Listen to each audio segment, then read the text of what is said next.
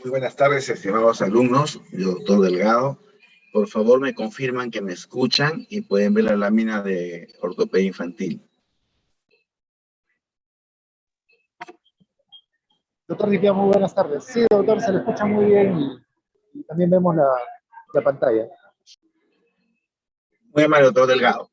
Bien, entonces vamos a desarrollar el tema de hoy, que es fracturas en tallo verde y el prono doloroso, también conocido como el codo de niñera.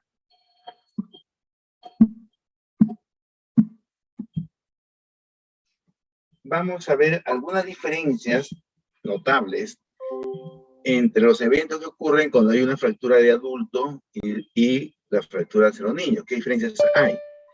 Existen tres grandes diferencias importantes. El tiempo de consolidación en la fractura de los niños es bastante menor que en los adultos. A más pequeño, es más rápida la consolidación. Primer punto.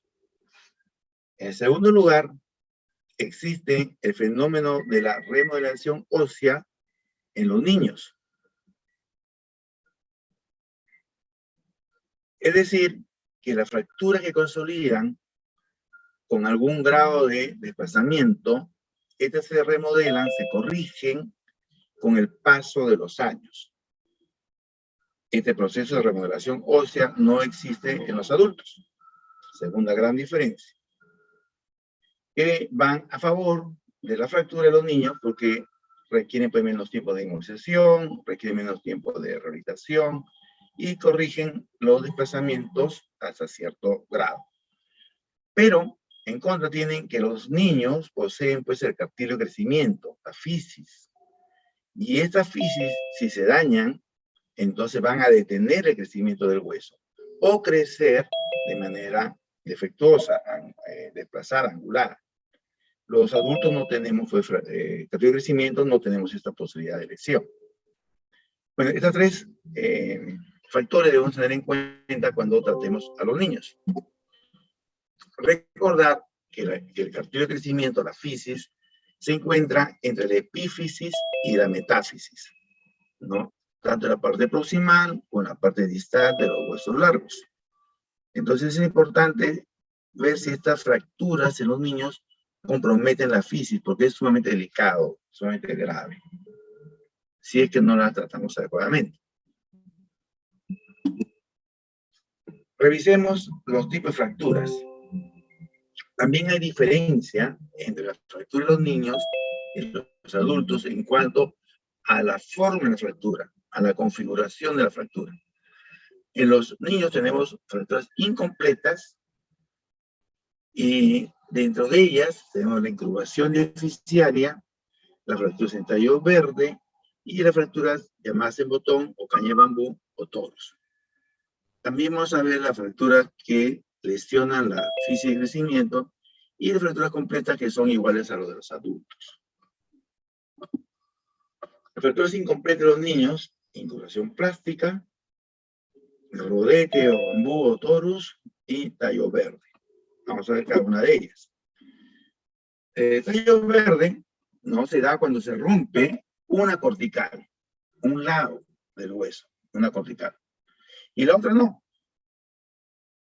Y se llama en tallo verde porque simulan a las plantas que tienen un tallo verde y se quieren quebrar y no podemos. Distinto a las ramas secas, en que cuando las flexionamos sí se van a quebrar y separar. Por eso se llama tallo verde, porque no se rompen las dos corticales, sino una sola.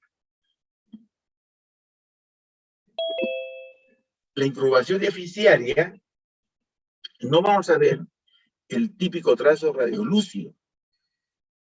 Aquí no existe esa línea radiolúcida. Existe un aplastamiento de las trabéculas óseas y deforman al hueso. Se incurva. Y no vamos a ver la línea radiolúcida. Entonces, si no sabemos el tipo de enfermedad y solo vemos la radiografía, entonces podemos creer que es una fractura que ha consolidado en posición viciosa, está angulado, está curvo, está chueco. Pero no, la lesión fue ayer, antes de ayer. Entonces esto no puede ser consolidación viciosa. Esta es una incurvación deficitaria que se da por el aplastamiento de las trabéculas óseas y no nos permite ver el típico trazo radiolúcido. A esto se llama incubación deficiaria. Las fracturas en rodete, o caña de bambú, o torus, ¿no? Que tiene simula pues el nudo de la caña de bambú, se da porque se impacta el hueso cortical cercano a la metáfisis en la trabécula de la metáfisis. De tal manera que se insufla, se sopla esta cortical. El hueso yuxtametafisiario se impacta en el metafisiario soplando a la cortical y produce este relieve que se llama fracturas en rodete o en caña de bambú o de torus. En cuanto a las fracturas completas, el trazo deficiario va a ser similar a lo que han visto ustedes en las fracturas deficiarias de los adultos, ¿no? Trazo simple, ¿no? Que puede ser transverso, entellado, oblicuo, espiroideo, longitudinal. Un solo trazo y dos fragmentos son las fracturas simples. El segundo grupo, las llamadas a tercer fragmento, su nombre dice muy claro, tiene 3 fragmentos, un proximal, un intermedio y un distal. El tercer grupo, las fracturas segmentarias, porque tiene un segmento al medio, no un fragmento, sino un segmento, porque está delimitado por 2 focos de fracturas que no se comunican entre sí. Esa es la fractura segmentaria. Y finalmente las conminutas, las moderadas conminutas, que tienen fragmentos grandes, que se pueden acomodar, son más de 3 fragmentos, 4, 5, 6, que se pueden acomodar y restituir la anatomía. Mientras que las gran conminutas son aquellas que tienen múltiples fragmentos, que no se puede restituir la anatomía, e incluso se agrupan aquí a aquellas fracturas que pierden hueso, que les falta hueso, que se quedaron allí en el lugar de los hechos. Estas fracturas pueden estar no desplazadas o desplazadas, y de acuerdo a ello se hará el tratamiento. Las no desplazadas se inmovilizarán, y las desplazadas, antes de inmovilizarlas, tenemos que reducirlas y luego inmovilizarlas, como todas las fracturas. Finalmente, la clasificación de las lesiones de la fisis, del cartílago de crecimiento. Salter y Harris hicieron una clasificación en 5 grupos. En el primer grupo existe una listesis, un desplazamiento a nivel de cartílago de crecimiento. En el segundo grupo, que además de la listesis existe una fractura, pero en la parte metafisiaria, que no va a dañar la línea germinativa de las células del cartílago de crecimiento. Estos 2 grupos tienen buen pronóstico, pueden ser reducidas de manera incruenta y tienen mejor pronóstico que las siguientes. Entonces, el tipo 3, donde sí existe una fractura de la epífisis, por lo tanto, va a interrumpir la línea germinativa y también la cavidad articular. Entonces, tiene peor pronóstico porque ha dañado las células que van a formar el hueso, que van a hacer crecer el hueso, y si no lo acomodamos exactamente en su sitio, si no lo reducimos ad íntegro anatómico, van a crecer deformados. El tipo 4, cuando se presenta la fractura, tanto en la epífisis como en la metáfisis, y lógicamente dañando la línea germinativa de células. Y el 5 es cuando existe un aplastamiento, un hundimiento. Entonces, todas las células, toda esta línea de células se van a detener en su crecimiento y la deformación va a ser sumamente grosera. Entonces, esto es una reacción de Salter-Harris, de menor a mayor gravedad, de menor a mayor dificultad para reducir, de menor a mayor dificultad para fijar. Y esto hay que recordarlo para establecer los pronósticos, ¿no? Y el tratamiento de estas lesiones. Tipo 1, tipo 2, se puede intentar una reducción incruenta y fijaciones ortopédicas no quirúrgicas. Mientras las 3, 4 y 5 de peor pronóstico y requieren tratamientos generalmente quirúrgicos. Bien, ¿cómo hacemos el diagnóstico? Como en todas las lesiones, las fracturas, el diagnóstico primero hacemos un examen clínico y lo confirmamos con la radiografía. La clínica es igual, ¿no? Tenemos accidente traumático, el dolor que hay que establecer, la intensidad del mismo, en una escala de 0 a 10, tumefacción, aumento de volumen, disfunción o impotencia funcional, ¿no? Deformación cuando está desplazada, movilidad normal que no debe existir, ¿no? Crujidos, equimosis, frictenas, perfección de chasquido. Estos signos y síntomas podemos agruparlos, los 4 primeros, el antecedente traumático, dolor, tumefacción, disfunción, son constantes, siempre están, pero no son determinantes, no dicen esta es una fractura. Mientras que los deformación, movilidad normal y crujido no siempre están, no son constantes, pero cuando se presentan, sí son determinantes de fractura. Y la equimosis, frictenas y perfección de chasquido no siempre están presentes, no son constantes, ni tampoco determinantes. Entonces, con la clínica, pues, nosotros podemos tener la impresión diagnóstica y vamos a confirmar, sobre todo, el tipo de fractura con la radiografía. En los adultos es muy fácil reconocer dónde está la fractura, ¿no? Con la línea radioglúcida, porque el adulto, como está totalmente osificado, no tiene cartílagos, conocemos perfectamente bien cuál es la anatomía, por ejemplo, del codo. En frontal y en perfil sabemos exactamente cómo es la anatomía normal de la rodilla, la cadera, de la diáfisa, del fémur, en fin, porque no cambia y tenemos todos bien claro cómo es el esqueleto de un adulto. El problema está en los niños, en que el cartílago de crecimiento se va osificando. Entonces, una radiografía normal de un codo a los 3 años es muy distinta a una radiografía normal del codo a los 5 años. Y es distinta a una radiografía normal del codo a los 13 años. Entonces, conforme va creciendo, desarrollando, madurando el esqueleto, va cambiando la radiografía normal. Y no podemos tener en la cabeza, pues, cómo es un codo normal, una muñeca normal, un tobillo normal, en las distintas edades. Entonces, como es imposible en la cabeza, tenemos que recurrir a las radiografías comparativas. Comparo los dos. Entonces, tengo el codo traumatizado y el no traumatizado, y comparo que deben ser iguales. Entonces, es muy importante tomar radiografías comparativas cuando tenemos una lesión en las articulaciones, porque aquí hay muchos núcleos de osificación. Va a cambiar de acuerdo a la edad que tenga el paciente. Entonces, es importantísimo tener la imagen normal, y esto nos lo da, pues, el lado contralateral. Siempre tenemos que ver las radiografías en 2 posiciones por lo menos, en frontal y en perfil. Y así podemos ver realmente, pues, que esta no es una fractura, sino es el cartílago de crecimiento del olecrano. Y podemos compararlos y ver la cabeza del rayo, el cartílago de crecimiento, y así podemos darnos cuenta si es una lesión o no lo que estamos viendo. Entonces es importante tomar las radiografías comparativas cuando vamos a analizar articulaciones o estructuras que tienen muchos huesos, como la mano, ¿no?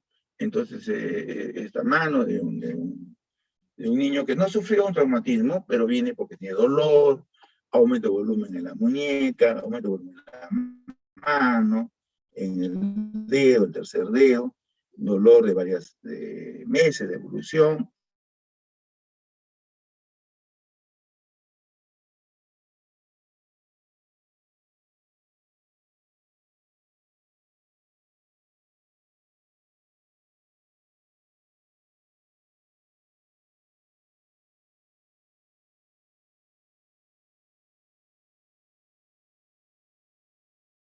los huesos. Entonces vamos a ver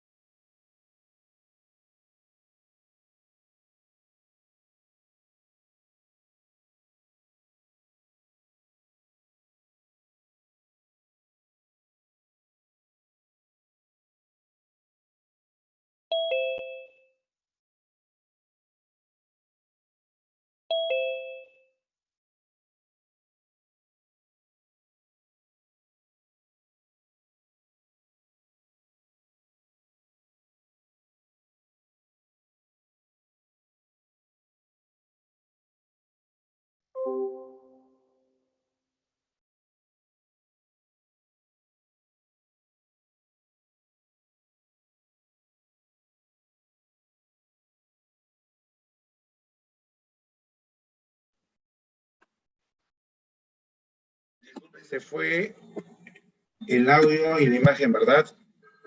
Si me escuchan ahora.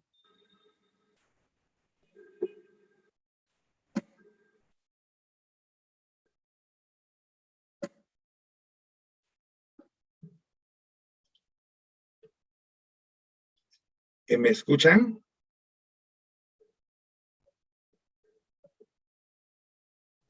Sí, doctor, se le escucha. Ok. Decía que teníamos una niña con una tiempo de enfermedad de unos meses, con dolor, tumefacción, limitación funcional, aumento de volumen en la muñeca, la mano, el tercer dedo, sin traumatismo, y decimos, ¿y esta mano será normal o no?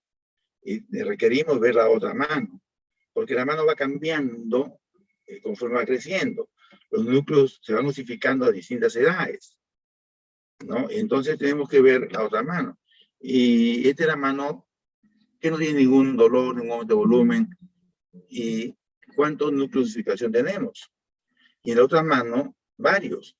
O sea, aquí hay un proceso inflamatorio que está haciendo que se desarrollen más pronto los núcleos de osificación. Se trata de una artritis idiopática juvenil, más irrigación, más formación de osificación. Entonces, nos sirve mucho tener las imágenes comparativas. Entonces, los niños siempre pedir comparativas. Y así podemos saber exactamente cómo es una mano normal, o un pie, o una cadera, o un codo. Bien, entonces ya hemos hecho el diagnóstico clínico, radiográfico, cómo hacemos el tratamiento. Igual tengo que hacer el tratamiento farmacológico, los analgésicos, ¿no? Y las fracturas no desplazadas tenemos que inmovilizarlas. Y las desplazadas, antes de inmovilizarlas, tenemos que reducirlas. Y aquí a todos, pues, tenemos que hacer con anestesia. Son niños y hay que hacer con anestesia general, ¿no? Y en algunos casos incluso tenemos que hacer la osteoplastia, que vamos a explicar más adelante qué es. Entonces los niños hay que reducirlos, hay que acomodar las fracturas siempre bajo anestesia. Y luego inmovilizarlos. Generalmente se tratan con aparatos de yeso y hay que inmovilizarlo, como ustedes saben, siempre las dos articulaciones vecinas a la fractura. Y luego, de consolidado, pasaremos a la rehabilitación, que los niños es de muy corto tiempo y generalmente no la requieren. Entonces revisemos pues las fracturas en tallo verde. Y hemos dicho que son fracturas incompletas, que se rompe solo una cortical, ¿no? Y que se angulan. Estas fracturas se dan sobre todo en los huesos del antebrazo y la clavícula, porque tienen corticales delgadas, ¿no? Muy finas y fácil de fracturarse en tallo verde. Muy rara vez en la tibia o el fémur. Generalmente son de clavícula y antebrazo. Si la fractura de tallo verde está sin desplazamiento, ¿y a qué llamamos sin desplazamiento? Sin desplazamiento es cuando la angulación es menor de 15 grados. Entonces, si está angulado 5 grados, se considera sin desplazamiento. Entonces, no hay nada que reducir, no hay nada que acomodar, tan solo tenemos que inmovilizarlo adecuadamente con el aparato de yeso. Adecuadamente inmovilizando las articulaciones vecinas a la fractura. Bien. Si la fractura en tallo verde está desplazada, es decir, si la angulación es mayor de 15 grados, tenemos que reducirla. Para esto tenemos que hacer bajo anestesia y hacer la reducción significa hacer pues, los movimientos contrarios al desplazamiento para volver a la anatomía original. No requiere ser reducciones anatómicas. Si tengo una angulación mayor de 15 grados, debo reducirlo a menor de 15 grados. 5 grados, 10 grados es suficiente. Porque se va a dar el proceso de remodelación que vamos a ver más adelante. Las fracturas desplazadas sí tienen que ser inmovilizadas más tiempo que las no desplazadas. Entonces, habitualmente 6 semanas es lo más habitual. Lógicamente, tenemos que mirarlo en los perfiles de control y la evaluación clínica. Entonces, las fracturas no desplazadas de tallo verde se inmovilizan y las desplazadas, es decir, las que tienen más de 15 grados de angulación, hay que reducirlas bajo anestesia. ¿Y qué cosa es la calostasis? De hipercorregir, de tal forma que se rompa la otra cortical que no estaba rota, para que las dos corticales terminen fracturadas y entonces consoliden igual. Acuérdense que cuando se fractura un hueso crece más que no fracturado. Entonces, estas fracturas de tallo verde pasadas más de 15 grados, a la hora de reducir, tenemos que fracturar la cortical que no se llegó a fracturar. Por eso es que tiene que ser siempre bajo anestesia. Y luego de haber hecho esto, recién procedemos a inmunizarla con el aparato de yeso por lo menos 6 semanas. En las fracturas completas, ¿no?, que están desplazadas, igual tenemos que proceder a reducirlas, ¿no? En la reducción, en las fracturas, hemos dicho, tenemos que hacer un movimiento contrario al que produjo la fractura. Entonces, si la fractura está desplazada hacia dorsal, tenemos que extenderlo, ¿no? Luego llevarlo hacia ventral y así la reducimos. Las fracturas no articulares no requieren reducciones exactas anatómicas. Toleran perfectamente bien desplazamientos, tanto angulares, laterales, axiales. Lo que no toleran, lo que no corrigen los niños es la rotación. Entonces, la rotación sí tenemos que estar muy claros en que no esté rotado ni externo ni interno. Entonces, a una fractura desplazada, tenemos que reducirla primero mediante maniobras externas, reducciones incruentas, y luego de reducirla pasamos a inmovilizarlas. Aquí el ejemplo que hemos mostrado, una fractura desplazada de cúbito y radio, ¿no? Se hace maniobras de reducción, tracción, contratracción, desplazamiento contrario al que produjo la fractura, y luego la inmovilizamos. Es importante inmovilizar con el aparato de yeso, bloqueando la articulación distal, la muñeca en este caso, y el codo.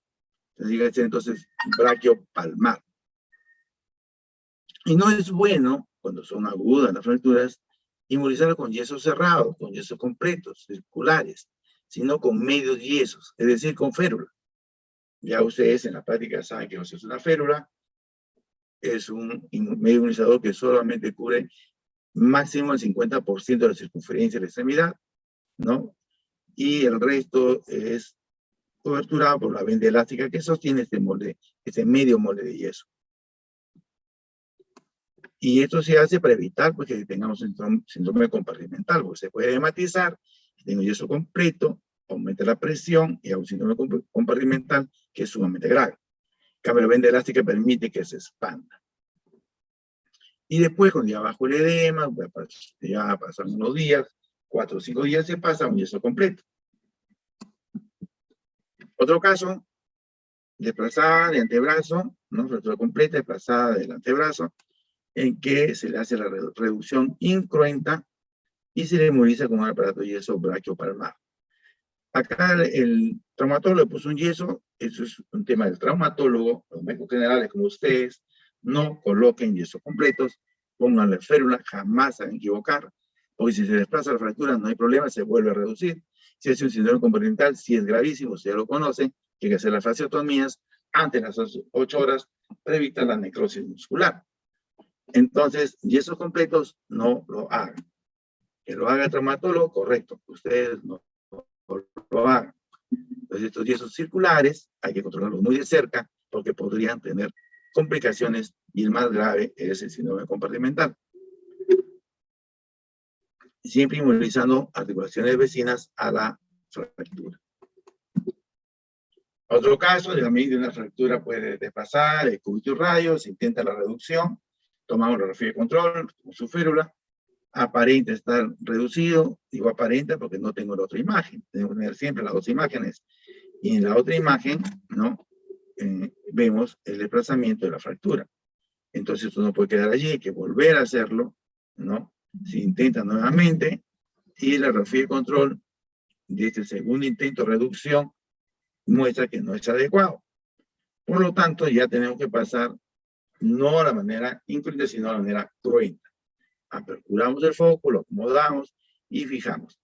Normalmente en los niños usamos alambre muy delgadito que se llama Kirchner, que producen poco traumatismo, poca lesión, y no usamos placas y tornillos generalmente, ¿no? Lo habitual es usar estos alambres muy delgaditos o clavitos delgados que se llaman de Kister.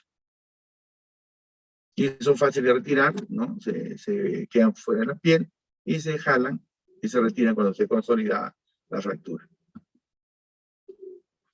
Bien, veamos un caso de un niño, vemos castillo de crecimiento, un niño bastante pequeño, y angulación, ¿no? A mitad del antebrazo. Acá vemos una línea radiolúcida, es una fractura en tallo verde, ¿no? ¿Y está desplazada o no está desplazada? Tiene menos de 15 grados, por lo tanto no está desplazada, y deberíamos inmovilizar por 4 semanas, y con eso se soluciona el problema. Sin embargo, a las 4 semanas, vemos en el control que esta fractura está más angulada de lo que estaba al inicio. ¿Y qué ha pasado? Seguramente que este yeso, que es inadecuado porque no está inmovilizando el codo. Entonces permite la pronosupinación. Y al pronar y supinar se va desplazando la fractura. Entonces, una fractura no desplazada en tallo verde termina desplazándose porque fue mal inmovilizada. Y va a consolidar pues en una posición viciosa, triangulado, ¿no? Y vemos como el callo se va acumulando, ¿no? En esta parte cóncava.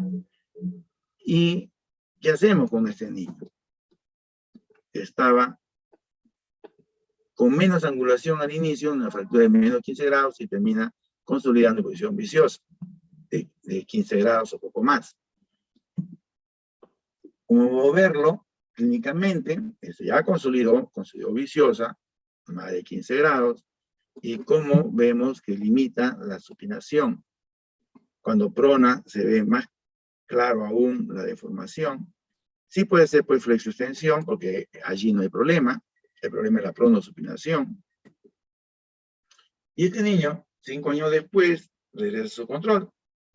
No por el antebrazo, porque no le molesta el antebrazo, no es el problema del antebrazo, sino porque se tuvo traumatismo en el pulgar. Y esa es la razón de acudir. Viene por una segunda opinión, porque ya le habían puesto su yeso, y como había tenido la mala experiencia los padres con el antebrazo, entonces querían saberlo, pero antes de ver el dedo, digo, vamos a ver el antebrazo, ¿no? Recordamos que supinaba poco menos, y cuando pronaba se veía mala deformación. Y repasamos las fotos de 5 años atrás, ahora se ve con mayor supinación y menor deformación cuando prona. Entonces, ¿qué ha pasado con esta fractura? Que había sido al inicio muy poco angulado y luego, cuando consolidó en posición viciosa porque se desplazó y consolidó en posición viciosa.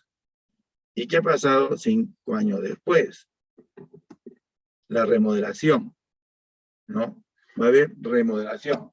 Este 2001, angulado, 2006, 6 años después.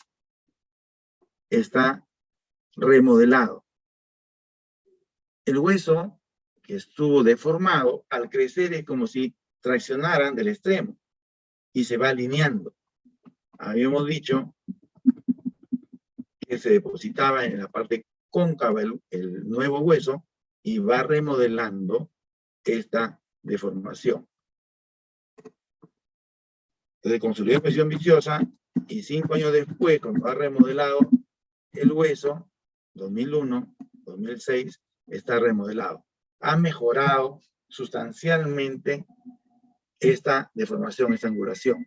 A este fenómeno se llama la remodelación ósea. Con este ejemplo tal vez quede más claro. Una fractura del fémur, groseramente desplazado, angulado, cabalgado, y que se va a reducir y alinear, ¿no? Vemos que está cabalgado aquí, ¿no? Está lateralizado al 100%, pero no hay angulación, ¿no? El eje es paralelo, el eje de proximal es paralelo al eje distal, no hay ángulo, ¿no? Si hay cabalgamiento, y tenemos 6 meses después, en la C, 6 meses después, consolidada la fractura, está unida, pero está lateralizada, ¿no? Está lateralizada. Conforme pasando los años, ¿no? 6 años después, va remodelando este fémur. Y 8 años después, ya tiene la remodelación completa.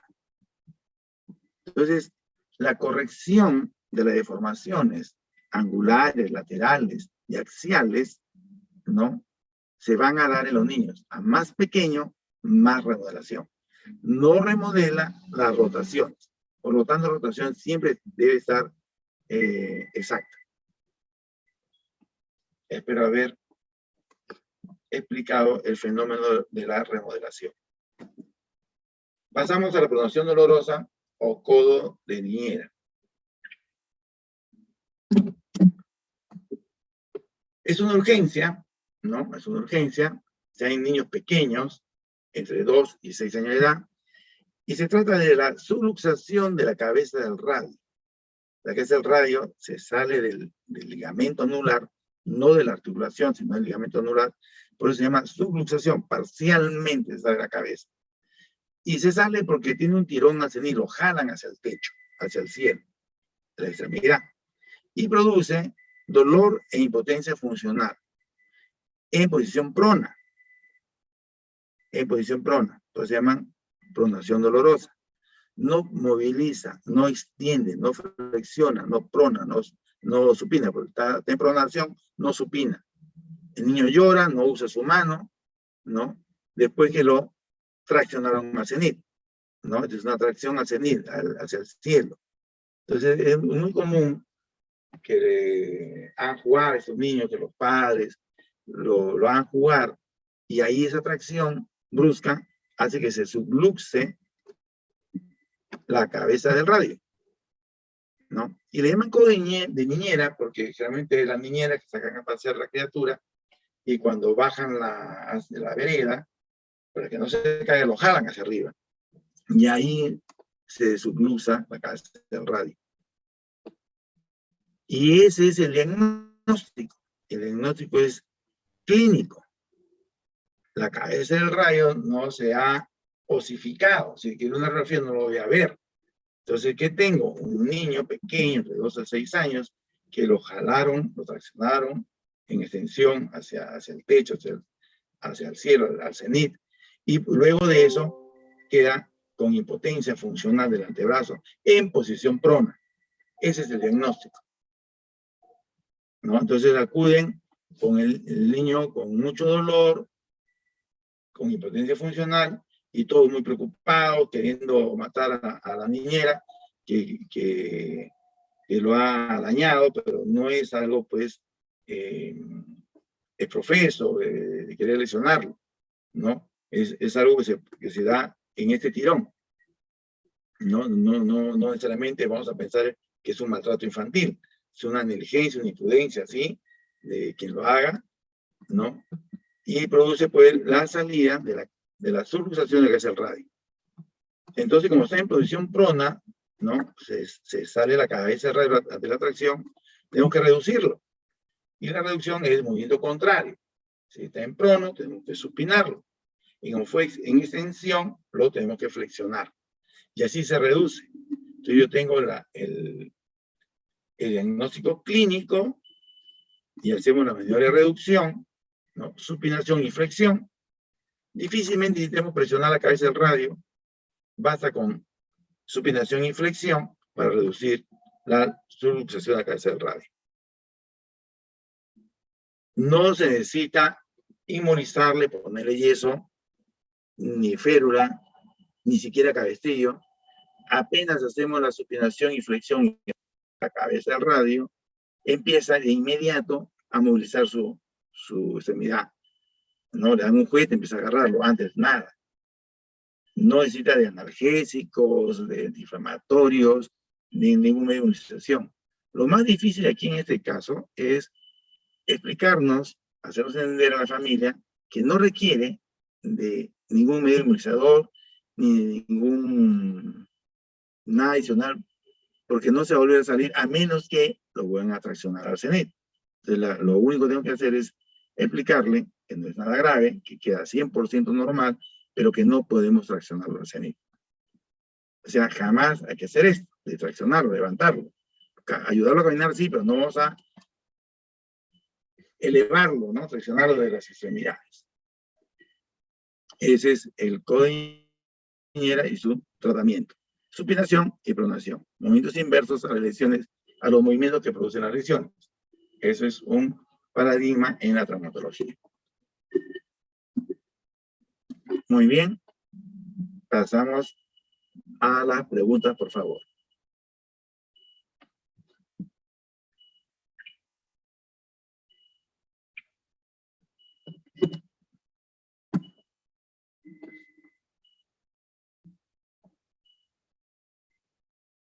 Bien, acá me pregunta Stephanie, ¿cuál sería el tratamiento de fractura de incurvación o tipo torus? Entonces, bien, Stephanie. ¿Y esto cómo es?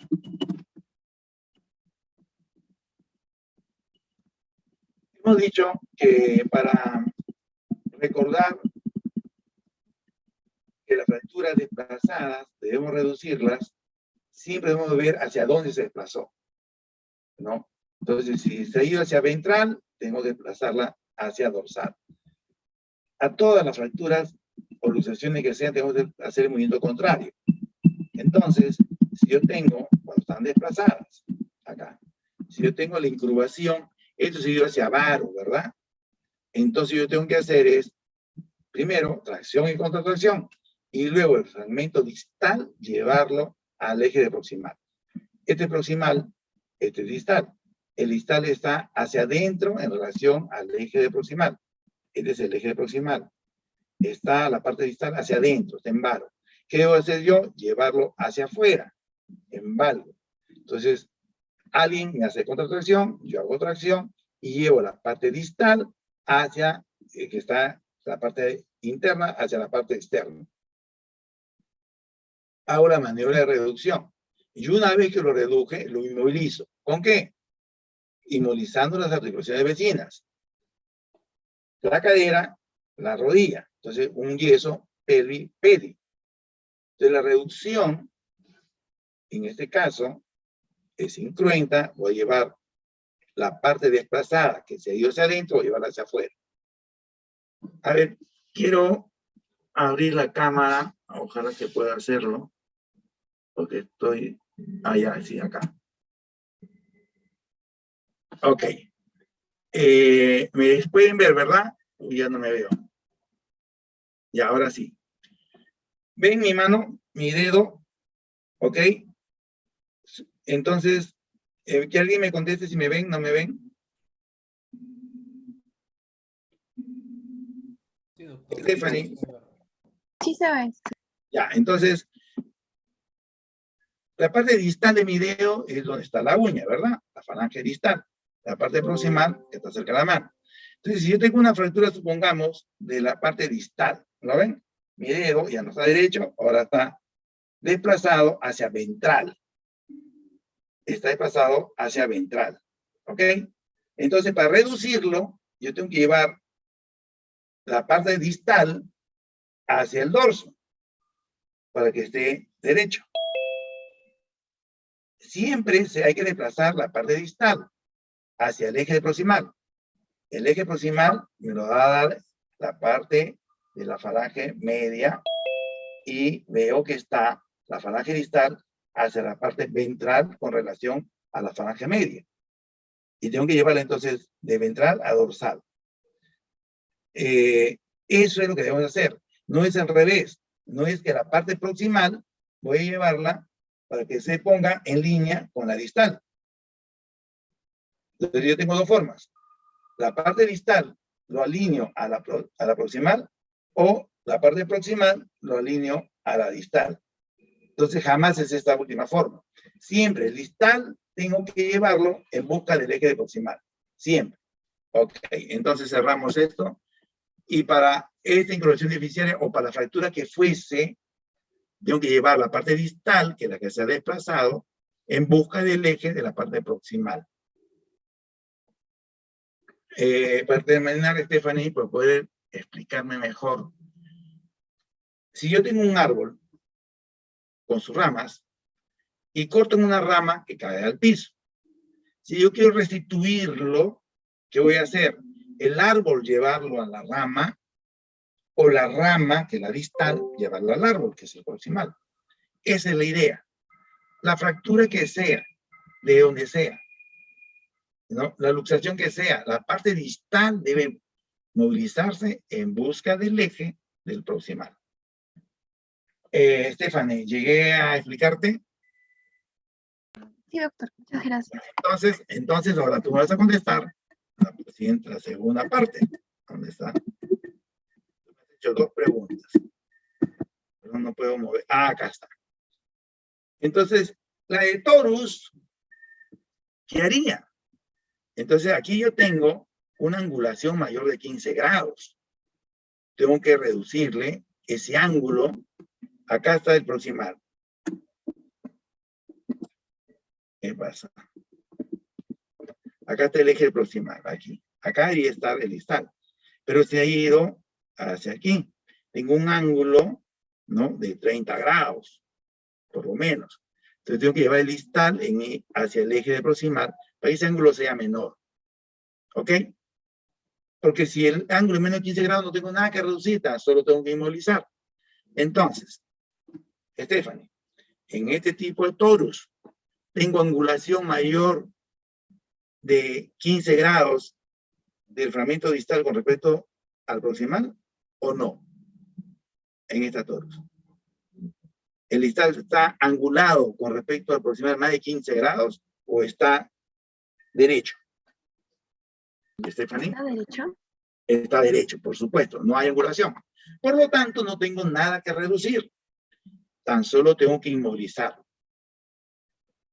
Y tengo que inmovilizarlo con yeso que involucre la muñeca y el codo, o sea, brachiopalmar.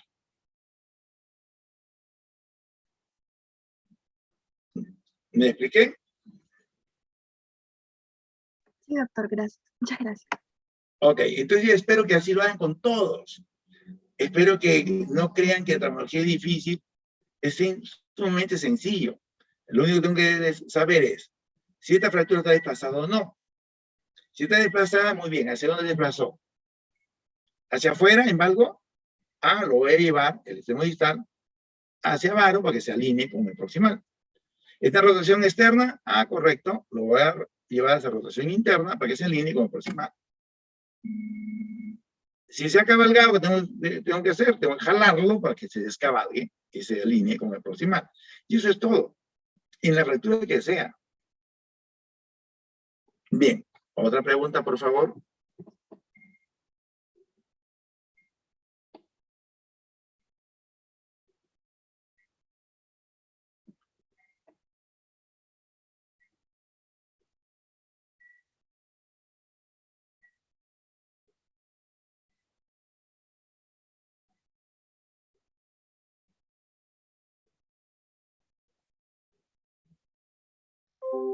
Bien, doctor Delgado, como no hay más preguntas, entonces me despido agradeciendo su atención de todos ustedes y nos vemos el día de mañana.